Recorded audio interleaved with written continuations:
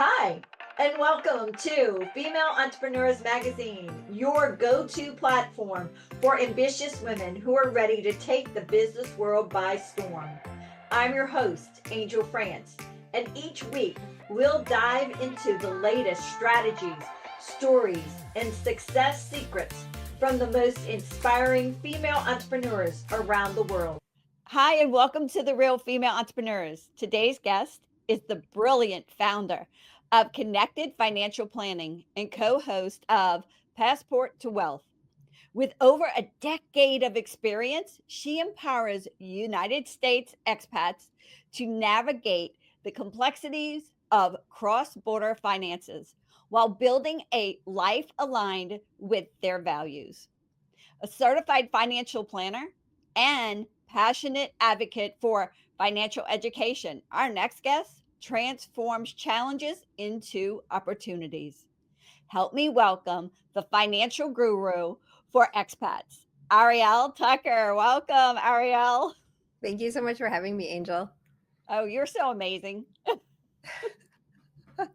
Well, when you say it like that, Whenever I hear finances, my hair is on the back of my head stand up. Everything goes crazy. I can only imagine what it is for people who live abroad and knowing the rules and the regulations that go with that.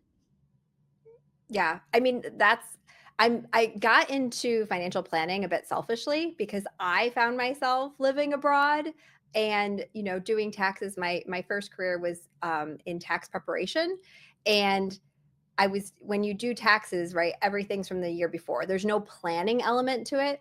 And I really became passionate about how do we not just think about the taxes that were paid for this year, but how do we think about what the taxes will be over the next 5, 10, 20 years? And really, how do we optimize people's financial situations?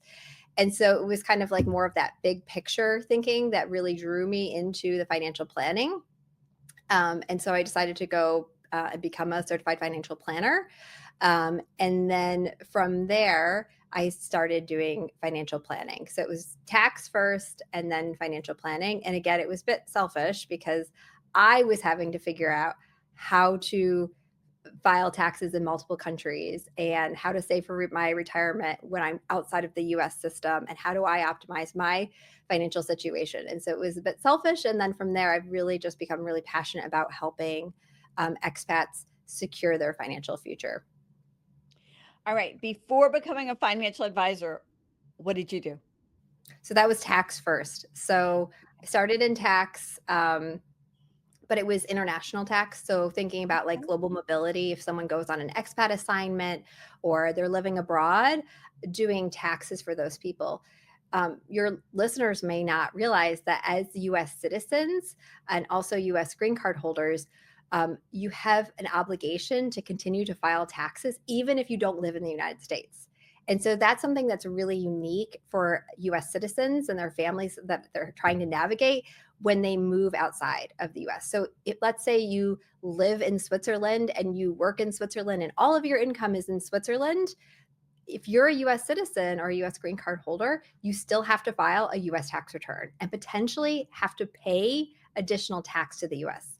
So navigating this can be a bit complex when you already are trying to navigate a foreign country system. And now you also have to take everything you have from that foreign country and then report that back to the US. It can be really complex.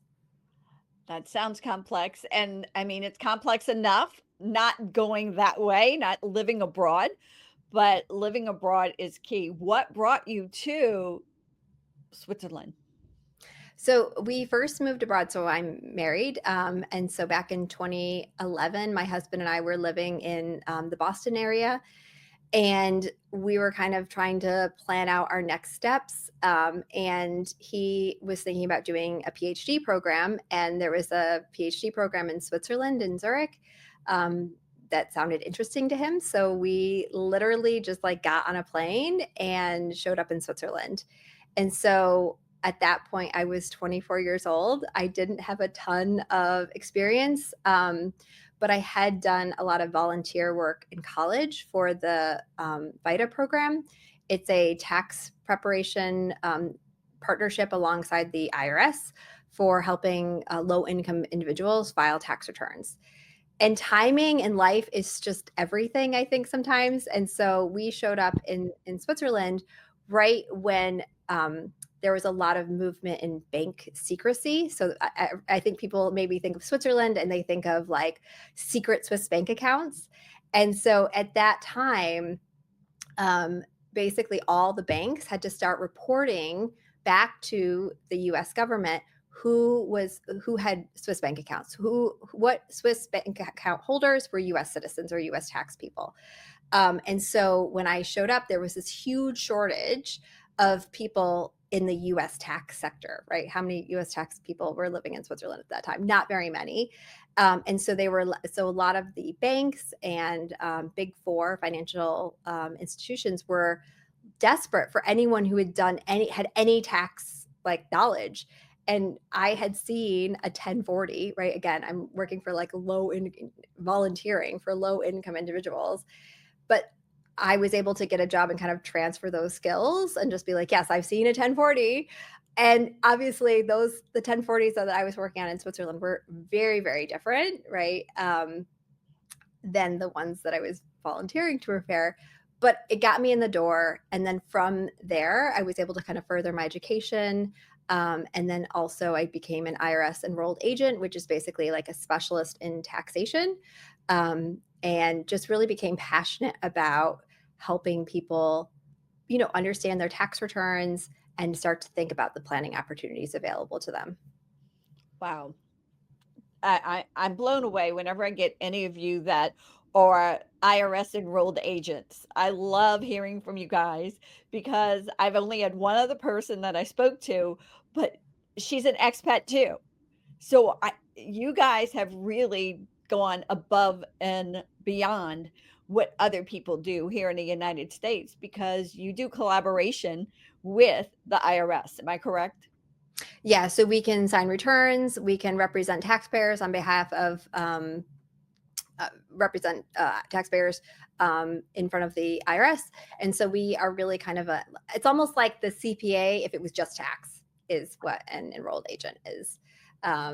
And I no longer prepare tax returns, but tax is just such a foundation of cross-border financial planning. You really have to understand taxes from the US perspective, but also really from like a high level perspective from whatever foreign country your clients are living in. So I feel like as I build my team now, I look first for people who have international tax experience. And then I say, okay, do you want to do financial planning? Because it's so important. Wow. Yeah, financial planning is the key, especially for female entrepreneurs who don't know how to do it as well. But for expats who think of expats who are financial entrepreneurs, hello, female entrepreneurs, they're just like, okay, what's next? Yeah. How do you balance the demands of running your business and your family life or personal life? So, like most people, they live by their family and everything. You guys have moved away, and I believe you told me you have 2 children Yes. So we and have two married. children.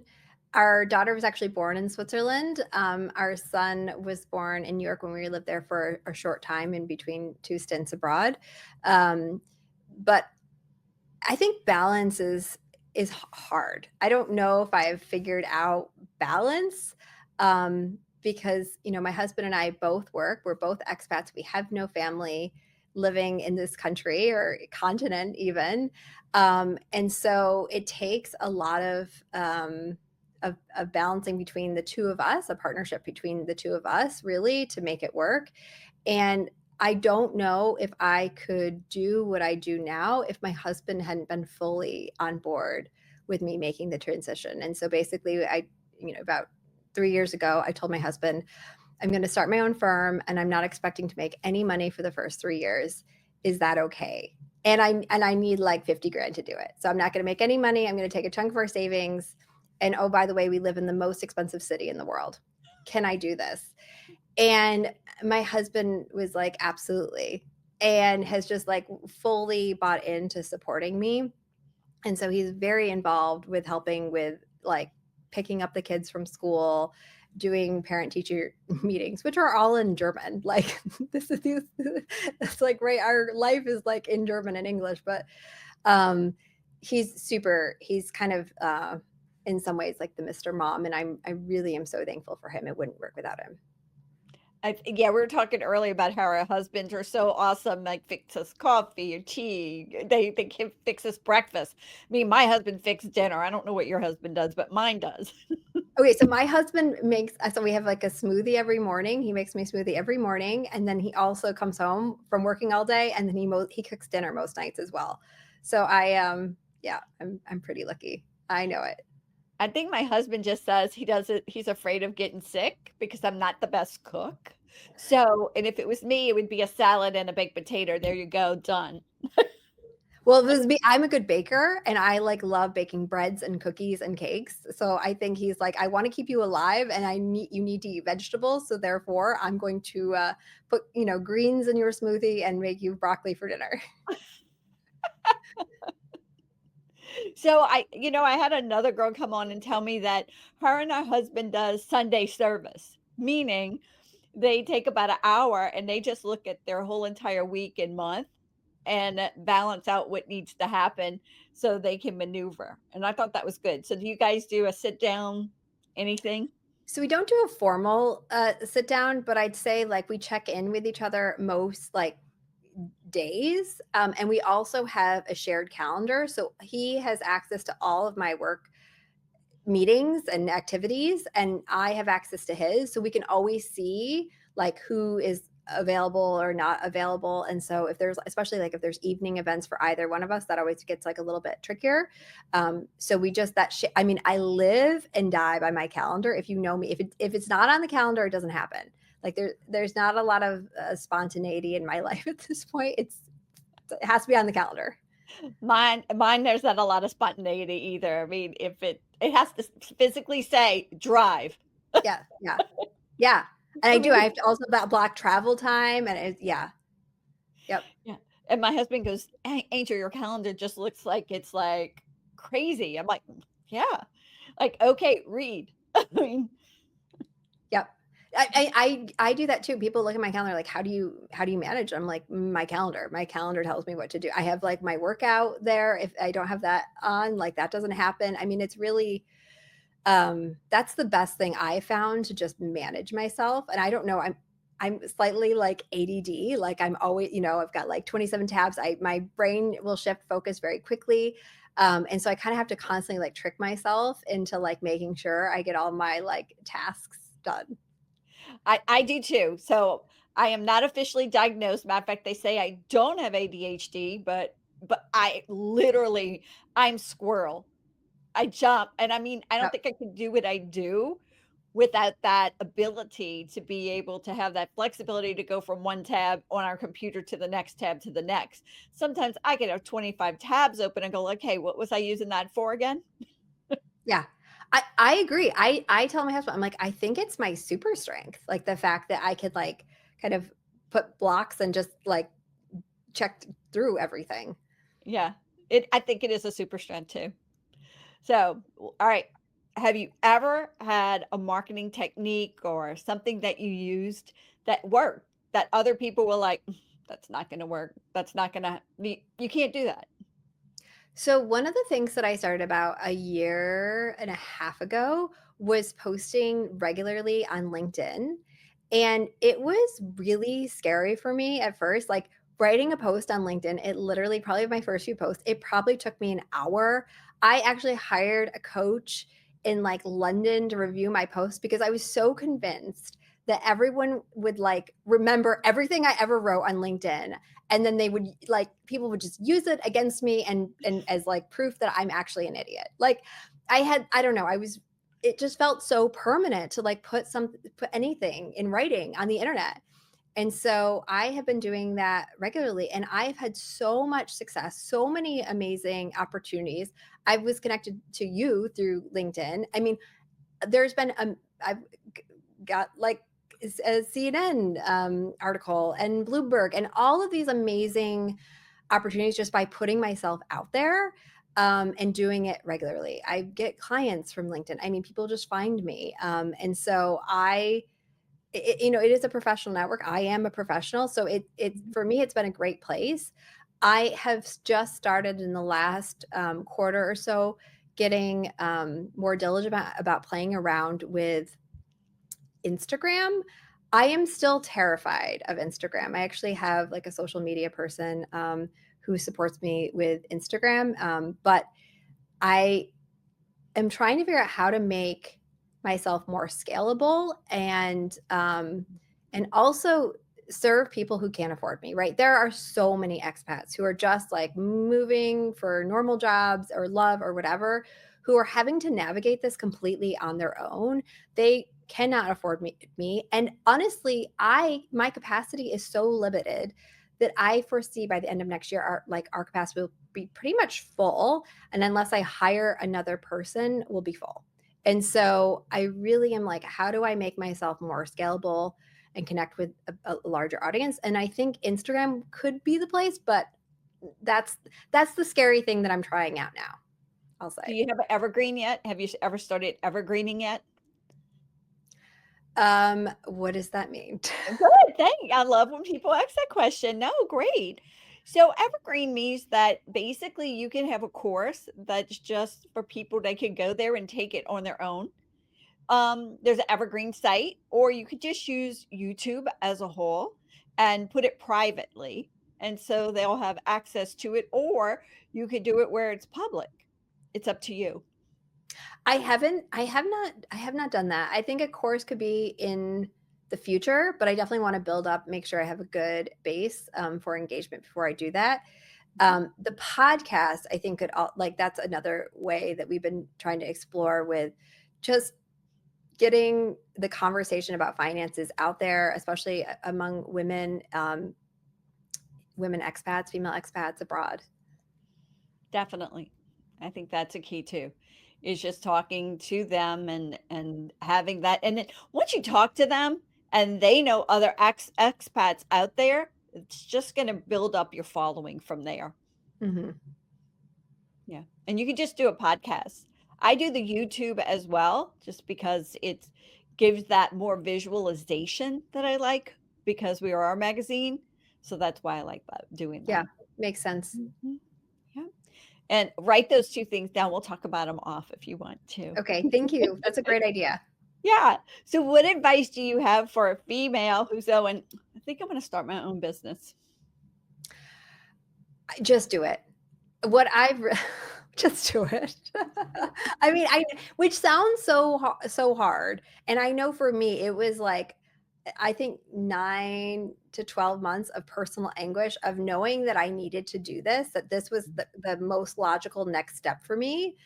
Um, but it being really scary and hard. And so the best thing that I did was I found people around me, other female entrepreneurs in kind of related fields, but some people who just not related at all to what I was thinking about doing, but who had gone through the journey to start their own company. And I just kept surrounding myself with them and hanging out with them.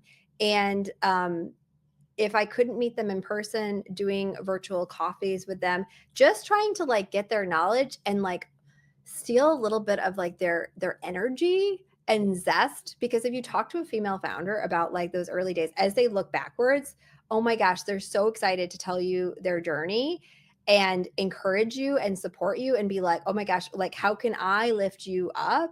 And so I would say if you're feeling like it's too scary to start, then just step one, surround yourself with other female entrepreneurs. Who are your top 5 people you hang with, right?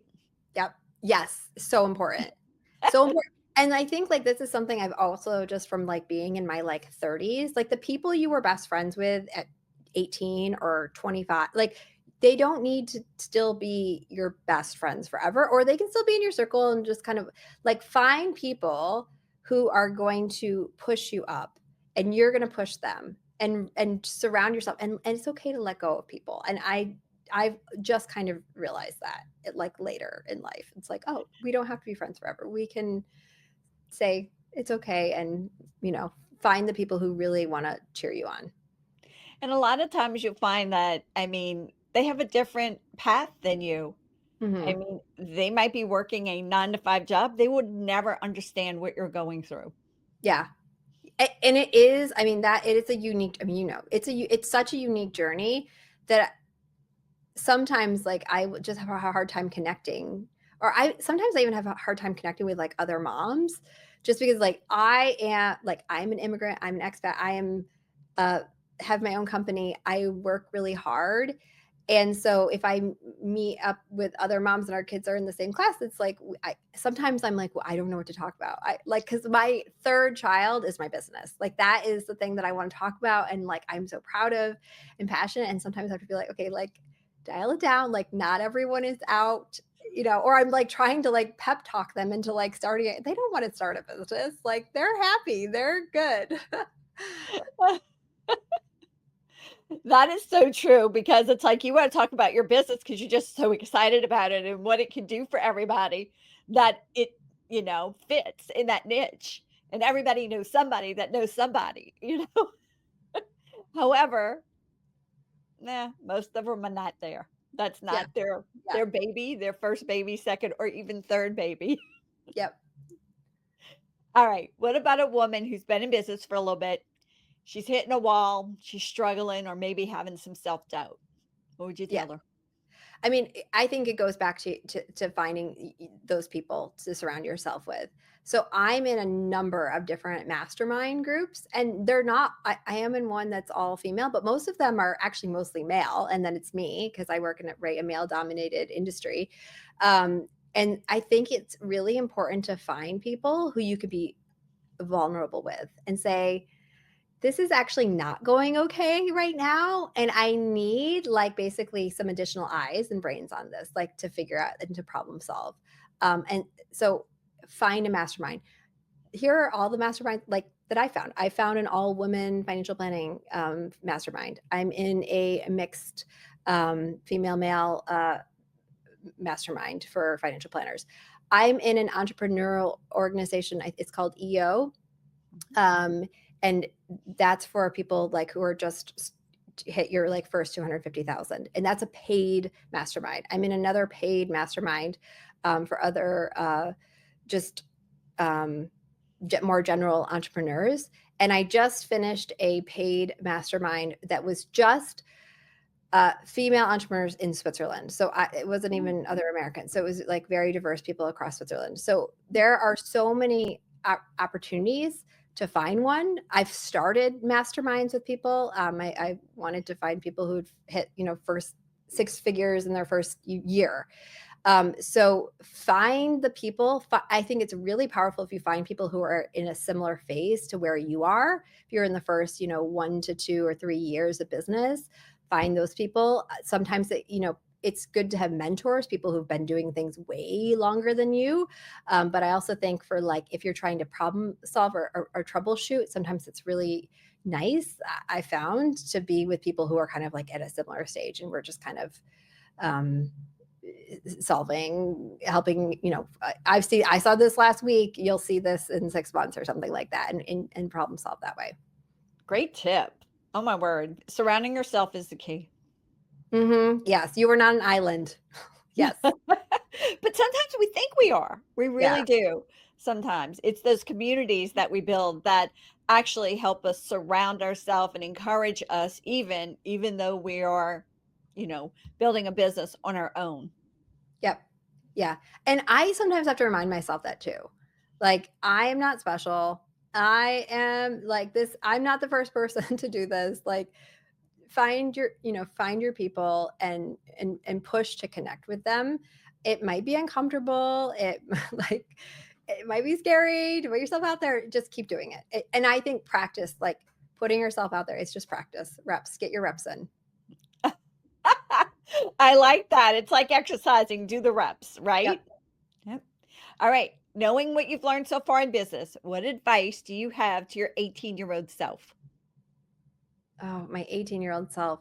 I I think one not it's not like a regret because I would have always gone to college, right? Like that was always going to happen. I wish I had known how to get abroad sooner. Like, how could I have just not gone to school in the US, but just gone straight over to Europe? I wish I'd known how to do that. I think I would have left a lot sooner. I think I would have saved a lot of money by not going to school in the US, and just kind of started my ideal life a little bit sooner. That being said, like, I met my husband, and like it worked out fine. But I think that's what I wish I would have known that. Great. I think that's a good thing. And what about planning? Do you have anything you do specifically for planning for the new year? Yeah. So, I mean, the thing that I do basically January 1st hits, the first thing I do is I make mine and my husband's traditional IRA contributions.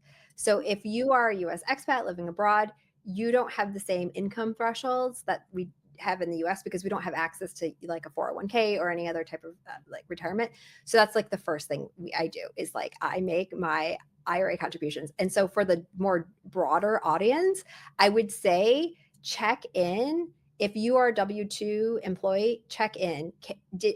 Are you taking advantage of your 401k plan? Do you have that set to be optimized for this year? If you don't have a 401k plan, how are you saving? Like, for retirement, how are you saving for future you? Are you doing a traditional IRA? Are you doing a Roth IRA? And check your numbers. How much are you saving? If you maximize your IRA account with $7,000, if you're under age 50, for 2025, are you saving enough? Is that 10% of your income? Is that 15% of your income? You might have to save more than you think, depending on how much you're earning. And I think this is always people's biggest regret.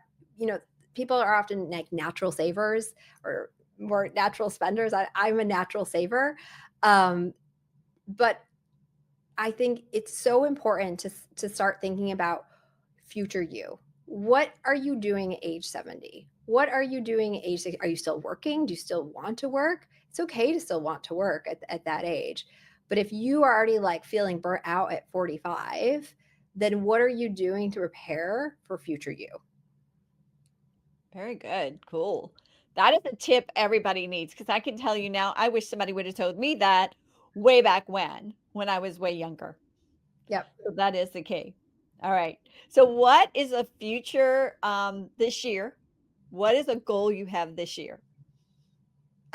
So this year, to work less. The last 2 years, I've worked really, really hard. The first year, I probably worked too hard. Last year, I did better. I took like 2 weeks of vacation. I didn't work. This year, I'm hoping to take 4 weeks of vacation and not work, while increasing our revenue at the same time. So that's really the goal, is to just continue to. I'm not trying to build a giant practice. I'm trying to build a lifestyle practice. So we do limit the amount of clients that we work with. And I just feel like when you think about like the balance, I didn't have the balance the last 2 years. Like, my husband has really had a heavy load and the kids have noticed it. My daughter's like, well, I can't believe I have a mom that works. And I'm like, I'm so sorry. So I really want to get better at like turning the computer off at 5 and taking more vacation with the family and not feeling so, constantly connected. I love that title for a book or a webinar or something, lifestyle business. Having the lifestyle you want. Yep. So so you weren't working just 6 to 8 hours or 10 hours. You were working more than that, correct? No, I was working way more, way more. And I think that what I have found is, I think as an entrepreneur, or at least how I thought about it, especially in the beginning, I had to be working constantly. Like, if I had so much anxiety about going from like, basically a 9 to 5 job that I've always kind of had, to all of a sudden I'm working for myself. So if I don't bring in the business, I'm not doing something proactive, I'm not working for my clients, then what am I doing? Right? Like, am I even an entrepreneur? Like, I took it so seriously that I think it became really clear to me I was like I was going to be heading towards burnout very, very quickly. And so now I kind of, again, going back to figuring out how do I put systems in place to protect myself from myself. I'm my own worst enemy. And so it's really, so that's kind of something that I started doing towards the end of Q3, so like the fall of last year, and it's something that I'm just gonna continue to work on. That is like a key because so I've had a few people lately and I've asked that same question too, and one of their goals was to build their lifestyle around their business, and that seems like that's what you're going to do. I mean, what we keep talking about just now is just making sure that you take that time. Yeah. Yeah, and I do a lot of things to protect my time. So, for example, one of the things, like my first year in business, if a client came to me, I had capacity. I would fit you in. Like we were going to make that happen. Now I limit our client onboarding, and so I'm like, we are full for this month. We have capacity to take you on in 4 months, because I know if I just say yes to everyone, we will just be underwater. Right. And I realized like it was becoming really unmanageable. So that's been really key for me. Also communicating times of rest. So just letting, like, for example, like the last week, I was just unavailable. And I let clients know, unless it's an emergency, true emergency. And I'm a financial planner. There's not a lot of financial planning emergencies. We plan for things. I'm not going to be available at all. Like, you'll receive my out of office. And when I come back to my office, I will check in with you. It's still hard for me. I'm not perfect. I'm still working on it. I have a lot of anxiety about it still. Or when there's so many calls that come in at once and you're trying to get to everybody and you just missed somebody and your gut Yeah. is like, "Oh my god, that's happened to me before." Yeah. Yeah. And Yep. another thing that I did, especially, I mean, right after the election, I mean, I think we had like 1,000 people visit our website like in a week. I mean, it was just crazy. And everyone wanted to move abroad. And it was so insane that one of the things that we recently started doing was, for people who just have a couple questions, we are happy to answer a couple of questions, but that's a paid call. That's no longer, it used to be, it was like a 30-minute, free call, and you can see if you want to work with us. But really that time is for people where it's a mutual interview. You are looking for an ongoing financial planner, and we are looking for a client who's a good fit for our firm, because we can be pretty selective with who we work with. And so I still wanted to create a space for people who just had those questions of like, I'm thinking about moving abroad, and that could be in 3 years. I don't know. What are the things? And we just said, you know what, we are going to start doing paid calls, because the demand just became really overwhelming. And I was taking away from like our real work, our real paid work. And I just decided we have to really define who we want to work with and focus on servicing those people. Yeah, because it's different when you go through that, because people who really wanna work with you and people who are just trying to test the water are 2 different things. Yep. Yep. Alright, if you had a superpower for one day, poof, what would it be? Okay, flying. I would love to be able to fly. Like, just, I don't know. I like basically turn me into a drone. I just think it'd be really fun. And you can transport back into your body, correct? That would Yeah, be like, cool. yeah. I would just want to be able to fly around, and then I just for like a day. If it's just a day, flying, I think would be really cool. See what's going on. Okay, I like that. Go over the Alps, like. That'd be so beautiful. Oh my Yeah. word. Alright, what's one fun fact about you that not a lot of people know about? Oh, okay. I feel like I missed this one. I have 4 sisters. So I think I mentioned that before we've talked, that you said, "Oh, I love your name," and I said, "Yeah, all my sisters are jealous." So I have 4 sisters. So there was five girls growing up. Wow. What's the age difference of all of them? We're basically all 2 years apart. Oh my word. Yeah. So my parents were really trying for a boy, but they did. They got 5 girls instead. Yeah, and your name, like I said, is gorgeous. I love Arielle. Oh, Thank you. beautiful. And your sisters were jealous. I know. So when they listen to this, they'll know that they got kudos for being a little They jealous all have because beautiful names, but yeah. I would have been jealous too because I love the name. All right. Book. What is a favorite book you have? So I really like the Poisonwood Bible by Barbara Kingsolver. I don't know. You said not a book that I read, and I thought about picking a financial book, but I read that years ago, and it's just something that's really stuck with me. Um, and I just wanted to share a good read for anyone who's looking for it's not a professional, but it's just a good read. I love Barbara Kingsolver. I think she's a wonderful artist, and so picking up any one of her books would be a good choice. What about a financial book? Do you mind giving us one? Oh, the One Page Financial Plan by Carl Richards. Okay. The One Plan Financial. One Wow. page, one page financial plan. So basically, I mean, there's this idea that you can fit, everything you need to know basically on an index card or onto one page about your financial life. And so for people who are just kind of wanting to get more into thinking proactively about their future, I think that it's a great book. I'm going to go get it. I have this book list that I do. I have so many books I read a year and so many, and I do an Audible a week. Wow. Oh Crazy. my And that, gosh. Wow. yeah, well, Audibles are easy for me. Yeah. I mean, that's nothing. But yeah, I have friends that read 2 books a week. I'm like, how do you fit that in? Wow, They're that's like, good. it's their jam. I'm like, okay. So, all right. What about a favorite song? Do you have a favorite song? So I really like Stronger by Kelly Clarkson. I think because I was thinking anytime I'm kind of like down or like need like a pick me up, I think that's like a really good anthem to just be like, okay, like I mean, right, as a female entrepreneur, you're going to have rough days, you're going to have, not every day's gonna be perfect. I don't know if you find this, but like I find even just like throughout the day, I'm like ups and downs and so I think that just all of the things you can do to get energy and have positive energy around you is important. Especially when you're dealing with clients, because some clients maybe aren't all smiley and happy and bright, you know? And I mean, that can take an emotional toll, especially on females who actually feel other people's emotions sometimes.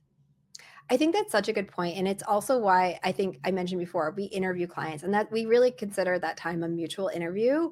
And I have like we don't work with jerks. If I get bad energy, we won't be working together because we don't have enough capacity to work with to just take on difficult people for the sake of it. We don't need to.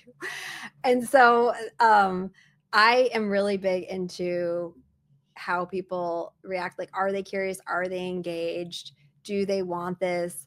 Or are they just, I don't know, being dragged along? Also, like meeting with both partners, like that's a big thing for me, making sure like I won't, if there's a married couple that want to work with us, awesome. You're both coming to that meeting, and I won't work with you until I know both of you. Mhm. Yeah, because you need to know if the other one's on board. Come on. Yeah. Yep. Yep. And Definitely. again, that having, maybe the female isn't traditionally the person who does the finances. It's a lot. You have, it's a lot of work. I get it. Usually in my family, I do all the money stuff and my husband like is like, I hope we have money. Like, so, I mean, I get it. It's hard for everyone to know everything and do everything. But it's really important to me that there's always a safe space for either party, and ideally sometimes together, to just ask all the stupid questions and be comfortable with that. Yep. I love there's no stupid questions. They might think they are, Yeah. but ask them. Come on, we need to Yep. know what's going Exactly. on. Yep. What about a favorite quote? Um, so not all who wander are lost. That's a J.R.R. Tolkien quote. But I don't know. That one kind of speaks to me. I think that's been like, that's probably my high school like yearbook quote, maybe. Because I'm a wanderer, right? I've lived abroad a number of times. I still live abroad. I like traveling. I like thinking a little bit differently and getting out of kind of the US rat race. That's Yep. I get it. Yeah. Sometimes I want to get out too. I don't know where I want to go, but I would want to get out. So how do you stay motivated? Again, I think it all goes back to the people that you surround yourself, and the biggest person or people is really like my family, right? Like making sure I'm building a life, and um, I'm so aware at the privilege it is to be an expat, to live in Switzerland, and so it's something that also just wanting to do well by the standards of my adopted country, right? Doing well and giving back to the community here, thinking of my family, and then staying motivated by staying connected with the people who are also in my masterminds and my support groups. I think that really helps me. That is the key. That is the key. And that's the key to moving forward as well. Yep. In business, personal life, everything. So what Yeah. is one of the best ways for our audience to stay connected with you, or if they have questions to, you know, if they want to pay to ask questions, or if they just want to listen to you, what is the best way? Yeah. So I've worked so hard to provide a ton of free resources for people who are just kind of maybe they're curious about moving abroad and don't even know where to start. So you can listen to us on Passport to Wealth, and that's on Spotify, YouTube, Apple, basically all the normal channels for podcasts. And then you can also follow me on Instagram. It's Arielle Tucker Abroad. I don't know if we'll link that, but I'll make sure you get my Instagram handle. And I'm very active on LinkedIn as well as Facebook. So lots of ways to find me. Arielle, is there anything else you want to talk to and tell our audience about anything we haven't discussed already? Yeah, just to kind of wrap up, I would say, I mean, with so many things, starting a business, moving abroad, any new challenge that you're thinking about taking on for 2025, just take that first step. And again, that first step might just be finding that accountability or that support. So if you need that to take the first step, go and find those people as your first step. Arielle, thank you for being with us. You're fabulous. I cannot wait to see you in the magazine. Thank you so much, Angel. It's been a blast. Bye. Thank you so much for tuning in to this episode of Female Entrepreneurs Magazine. I hope you found inspiration, actionable tips, and a sense of connection with our incredible community of driven women. Don't forget to hit that subscribe button, leave a review, and share the episode with fellow entrepreneurs who are ready to elevate their game. Remember, your success is just the beginning, and we're here to support you in every step of the way. Until next time, keep shining, keep thriving, and remember, you have the power to create the business and life of your dreams. Stay inspired, and I'll see you in the next episode. Bye.